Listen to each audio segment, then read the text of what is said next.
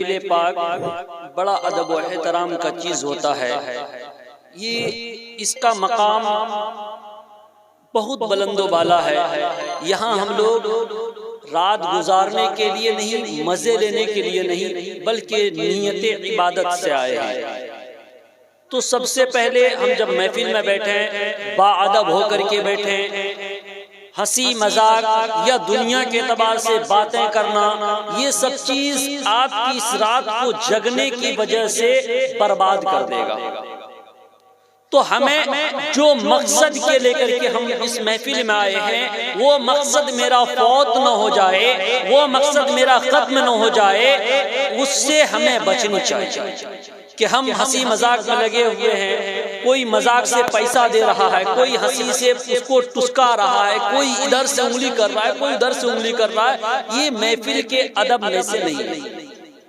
دوسری چیز کہ آپ جہاں بیٹھے ہیں یہ مدرسہ کا احاطہ ہے، اور مدرسے کا احاطہ بہت ہی اہم احاطہ ہوتا ہے. یہاں اس کو کہا گیا ہے اللہ کے رسول کا گھر. مدرسہ جو ہے اللہ کے رسول کا گھر ہے، اور اللہ کے رسول کے گھر میں بیٹھ کر کے آپ اگر بے ادبی کریں، اگر اللہ کے رسول ناراض ہو گئے، یقین جانیے آپ کا رات میں بیٹھنا یہ بھی بیکار. آپ اپنی زندگی میں جتنی عبادت کیے ہیں سارے آپ کو یہ بیٹھنے کی وجہ سے، ہاتھ ٹھیک کرنے کی وجہ سے، مذاق کی وجہ سے، آپ کے رسول اعظم اگر ناراض ہو گئے تو آپ کے سارے عبادات بیکار ہو جائیں. سبحان اللہ. تو اس چیز کا بڑا ہی ادب و احترام سے اہتمام کیجئے. ہنسی مذاق کرنے کے لیے پوری زندگی پڑی ہوئی ہے، ہنسی مذاق کرنے کے لیے آپ کے گھر پڑے ہوئے ہیں، کیجئے، کوئی حرج نہیں ہے. وہ آپ کو جو پسند آئے وہ کیجئے، لیکن جہاں پر آپ بیٹھے ہیں یہ اللہ کے رسول کا گھر ہے، اس کا ادب کیجئے، محفل کا ادب کیجئے، کیونکہ یہ اللہ کے رسول کے نام سے یہ محفل سجائی اور رچائی جاتی ہے. بہرحال میں نے کلام مقدس کی ایک آیت تلاوت کرنے کا شرف حاصل کیا.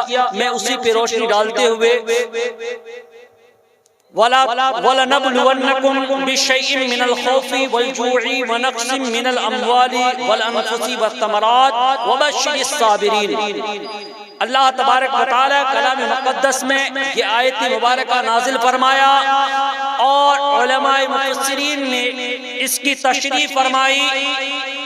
اس کا معنی، کیونکہ یہ ہندوستان ملک ہندوستان ہے، یہاں پر عربی زبان نہیں چلتی ہے، جس کی وجہ سے ہم عربی کو سمجھ نہیں پاتے. ہم کلام مقدس پڑھتے تو ضرور ہیں لیکن اس کو سمجھ نہیں پاتے.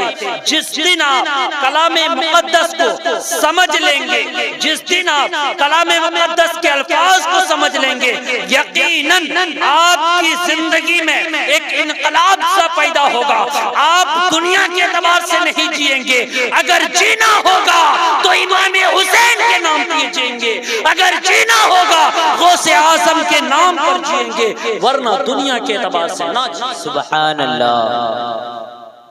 عربی زبان ایک اہم زبان ہے، اور اللہ تبارک و تعالی کلام مقدس میں فرماتا ہے اور ہم تمہیں آزمائیں گے ڈر، بھوک، ڈر کے ذریعے، بھوک کے ذریعے، مال کے ذریعے، اور پھلوں کے ذریعے، اور جان کے ذریعے.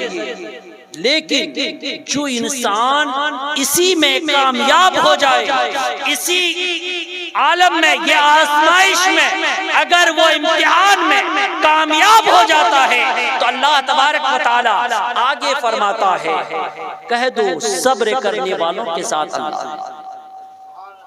صبر کرنے والوں کے ساتھ اللہ ہے. یعنی آپ نے امتحان دیا، آزمائش میں آزمائش دیا، اللہ تبارک و تعالی آپ سے آزمائش لیا، اور آزمائش دیے آپ نے، اگر اس میں صبر کا آپ مظاہرہ کیا، صبر کا پیمانہ اپنے سینے میں بسا کر کے رکھا، صبر سے کام لیا، یقیناً اللہ خوشخبری دیتا ہے کہ سنا دو اسے کہ اللہ اس کے ساتھ ہے جس کے ساتھ اللہ ہو جائے اس کی زندگی، ان کی زندگی اور اس کی آخرت دونوں کامیاب ہے۔ سبحان اللہ۔ جس کے ساتھ اللہ ہو جائے اس کا جینا مرنا اٹھنا بیٹھنا سب کامیاب ہے۔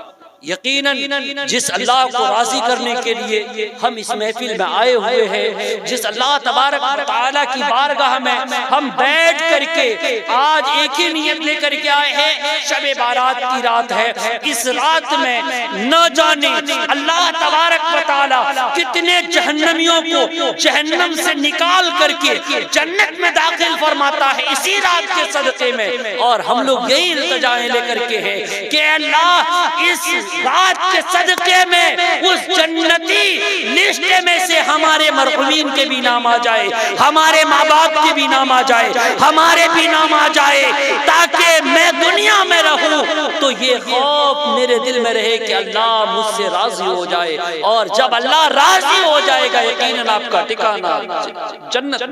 سبحان اللہ سبحان اللہ۔ اور ابھی استاذ جہاں پر 10-20 بچے ہوتے تھے آج وہاں 100 کے تعداد میں 150 کے تعداد میں ذی شعور لوگ سمجھدار لوگ بیٹھے ہوئے ہیں، اور قبرستان کا بھی وہ اس طرح سے اہتمام کر رہے ہیں جو طریقہ کار اسلام کے راستے بتاتا ہے، وہ طریقہ کار پہ ہم اپنے قبرستان کا محاسبہ کرتے ہیں، ہم اپنے قبرستان میں جاتے ہیں، ہم اپنے مرحومین کے لیے فاتحہ پڑھتے ہیں، ہم اپنے مرحومین کے لیے مغفرت کرتے ہیں۔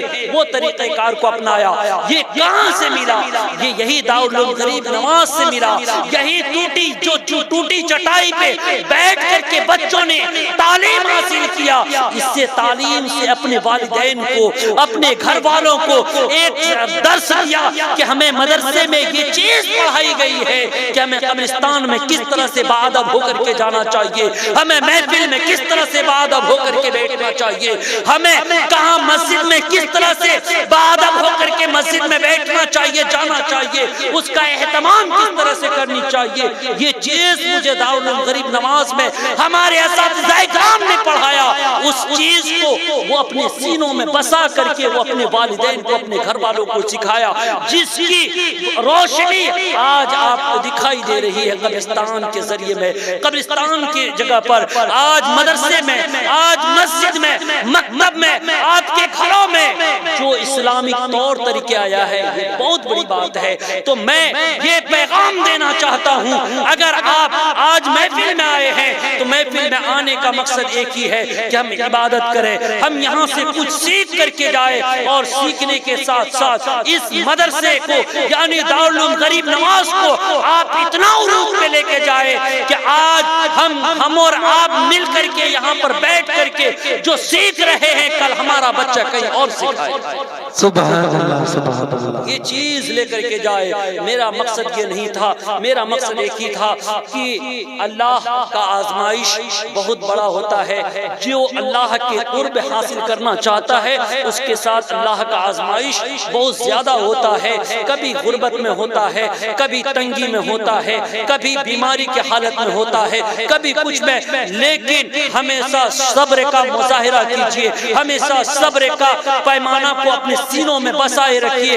یہی چیز ہے، یہی دارالعلوم غریب نواز ہے جس پر نہ جانے کتنے کیچڑ اچھالے گئے، لیکن ہمارے استاد محترم نے اس پر صبر کرتے رہے، صبر کا مظاہرہ کرتے رہے، صبر کو اپنے سینے میں دباتے رہے کہ ایک نہ ایک دن میرا صبر کامیابی کا دہلیز چھوئے گا، میرا صبر ایک دن کامیابی کے دہلیز پر جا کر کے گر گرائے گا، اور وہ کامیابی میرے سر پر آ کر کے تاج بن کر کے چمکے گا۔ سبحان اللہ سبحان اللہ۔ منظر دیکھ کر کے میرا دل کہتا ہے کہ وہ کامیابی کی تاج اب ہمارے استاد محترم کے سر پر موجود ہے۔ سبحان اللہ۔ یقیناً تو اس چیز کا مثال میں نے دیا، لیکن آپ ہمیشہ صبر کا مظاہرہ کریں۔